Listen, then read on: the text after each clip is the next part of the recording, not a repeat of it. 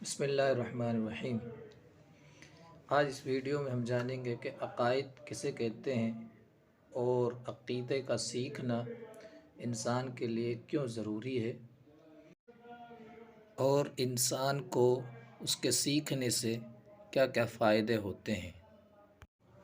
سب سے پہلے اس بات کو جان لیں کہ میں اس ویڈیو میں کوئی ہارڈ الفاظ نہیں بولوں گا، کوئی وہ باتیں نہیں بتاؤں گا جو کتابوں میں بہت کٹھن طریقے سے لکھی ہوئی ہوتی ہے۔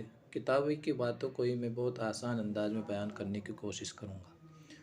تو عقائد کسے کہتے ہیں؟ سمپل بھاشا میں عقائد جان لیں، ان چیزوں کو کہتے ہیں جن کا تعلق انسان کے ماننے سے ہوتا ہے، یعنی جن چیزوں کو کرنا نہیں پڑتا ہے۔ مثال کے طور پر ایک وہ چیز ہے جسے کرنا پڑتا ہے، جیسے نماز ہے، اس میں ادا کرنا پڑتا ہے، رکوع، سجدہ، قرات، سمجھے بہت ساری چیزیں ہیں نماز میں، وہ سب ہم کیا ہے جسم سے کر رہے ہیں۔ اسی طرح روزہ ہے، اس میں بھی ہمیں کچھ نہ کچھ کرنا پڑتا ہے، بھوکا رہنا پڑتا ہے، کچھ کھانا پڑتا ہے، تب جا کے روزہ شروع ہوتا ہے۔ لیکن عقائد میں ایسا نہیں ہے۔ تو عقائد سمجھ میں آ گیا، ان چیزوں کو کہتے ہیں جن چیزوں کا تعلق ماننے سے ہوتا ہے۔ مثال کے طور پر اللہ کے بارے میں کیسا ماننا چاہیے ہمیں، خدا کا کیا تصور ہے مسلمانوں میں، اسی طرح جنت کا کیا تصور ہے، دوزخ کا کیا تصور ہے، نبیوں کے بارے میں ہمارا کیا تصور ہے، یعنی کیسا ہم مانتے ہیں، ان کو کس طور پر مانتے ہیں، انہی چیزوں کو ہم کہتے ہیں عقیدہ۔ تو سمجھ میں آ گیا عقائد کا معنی کہ جن کا تعلق ماننے سے ہوتا ہے، دل سے ہوتا ہے، عمل سے نہیں ہوتا ہے، یا ہمارے تصورات کو ہم عقائد کہہ سکتے ہیں۔ اب ہم یہ جان لیتے ہیں آخر عقائد کا علم سیکھنا انسان کے لیے کیوں ضروری ہے۔ دیکھیے، نبی پاک صلی اللہ علیہ وسلم نے فرمایا، طلب العلم فریضۃ علی کل مسلم، کہ ہر مسلمان پر علم سیکھنا فرض ہے۔ ان میں سے جو سب سے پہلا علم حاصل کرنا ضروری ہے وہ عقائد کا علم ہی ہے، یہ علماء کرام فرماتے ہیں۔ اور ضروری اس لیے بھی ہے کیونکہ عقائد کی ہی وجہ سے انسان مسلمان ہوتا ہے، اور عقائد کی ہی وجہ سے انسان اسلام سے خارج ہو جاتا ہے، کافر ہو جاتا ہے۔ یعنی اگر کسی کا عقیدہ مسلمانوں جیسا ہے تو وہ مسلمان رہے گا، کسی کا عقیدہ مسلمانوں جیسا نہیں ہے تو پھر وہ مسلمان نہیں رہے گا۔ اور جتنے بھی عقائد ہیں جو اسلام کے لیے ضروری عقائد ہیں، ان سب کو ماننا ضروری ہوگا۔ ان میں سے کسی ایک عقیدے کا بھی کوئی انکار کر دے گا، ایک چیز کو بھی نہیں مانے گا تو وہ مسلمان نہیں رہے گا۔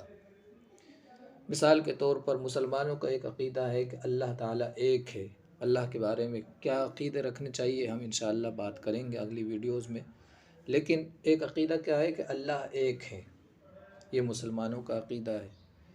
اور اگر اس کے کوئی خلاف عقیدہ رکھتا ہے کہ خدا ایک سے زیادہ بھی خدا ہیں، عبادت کے لائق کوئی اور بھی ہے خدا، سمجھ رہے ہو، یہ کسی کا عقیدہ ہے تو پھر وہ مسلمان نہیں رہے گا۔ اسی طرح نبیوں کے بارے میں کیا عقیدہ ہے ہمارا، تمام نبیوں، جتنے بھی نبی ہیں، کسی کے ایک کی بھی نبوت کا کوئی انکار کر دے گا تو وہ مسلمان نہیں رہے گا۔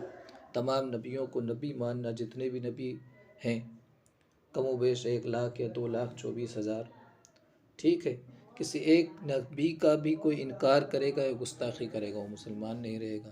یہ مسلمانوں کا عقیدہ ہے۔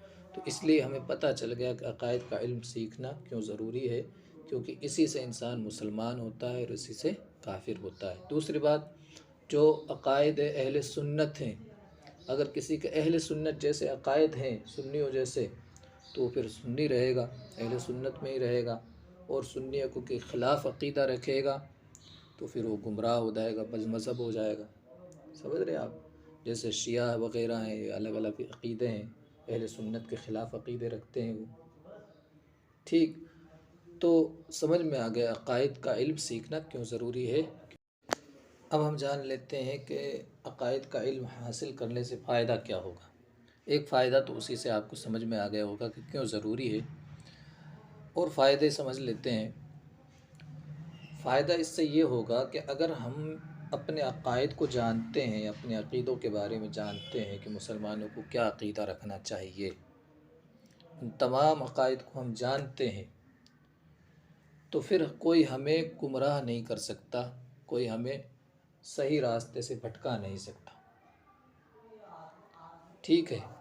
اور اگر ہمیں معلوم ہی نہیں رہے گا کہ ہمارے کیا عقیدے ہیں تو کوئی بھی شیطان آ کر ہمیں گمراہ کر سکتا ہے، اسلامی عقائد کے خلاف ہمارے تصورات کو کر سکتا ہے۔ وہ اللہ کے بارے میں ہمارا جیسے ایک ہونے کا عقیدہ ہے، لیکن اگر کسی کو بائی چانس معلوم ہی نہیں ہے کہ اللہ ایک ہے، یا صرف یہی نہیں اور بھی بہت سارے عقیدے ہیں نا اللہ کے بارے میں، اور کیسے کیسے عقیدے رکھنے چاہیے ہم آگے بتائیں گے۔ یا ایک اور میں آپ کو بتا دیتا ہوں، جیسے اللہ تبارک و تعالی جسم و جسمانیات سے پاک ہے، یعنی اس کا کوئی جسم نہیں ہے، اور شیطان آ کر خیال ڈال دے کہ یار اللہ تبارک و تعالی ایسا ہے، اس کے 2 ہاتھ ہیں 2 پیر ہیں، معاذ اللہ، اس طرح سے کوئی خیال ڈال دے شیطان، یا کوئی انسانوں میں ہی جو انسانوں کے شیطان ہوتے ہیں وہ، تو ہم کیا ہے اس سے اسلامی عقائد کے خلاف ہو جائیں گے۔ اگر ہم نے مان لیا کہ اللہ تعالیٰ جسم رکھتا ہے، جسم ہے اس کے، تو پھر انسان مسلمان نہیں رہے گا۔ تو یہ فائدہ ہوگا اس کا کہ ہم اپنے ایمان کی حفاظت کر سکتے ہیں، ہمیں کوئی گمراہ نہیں کر سکتا۔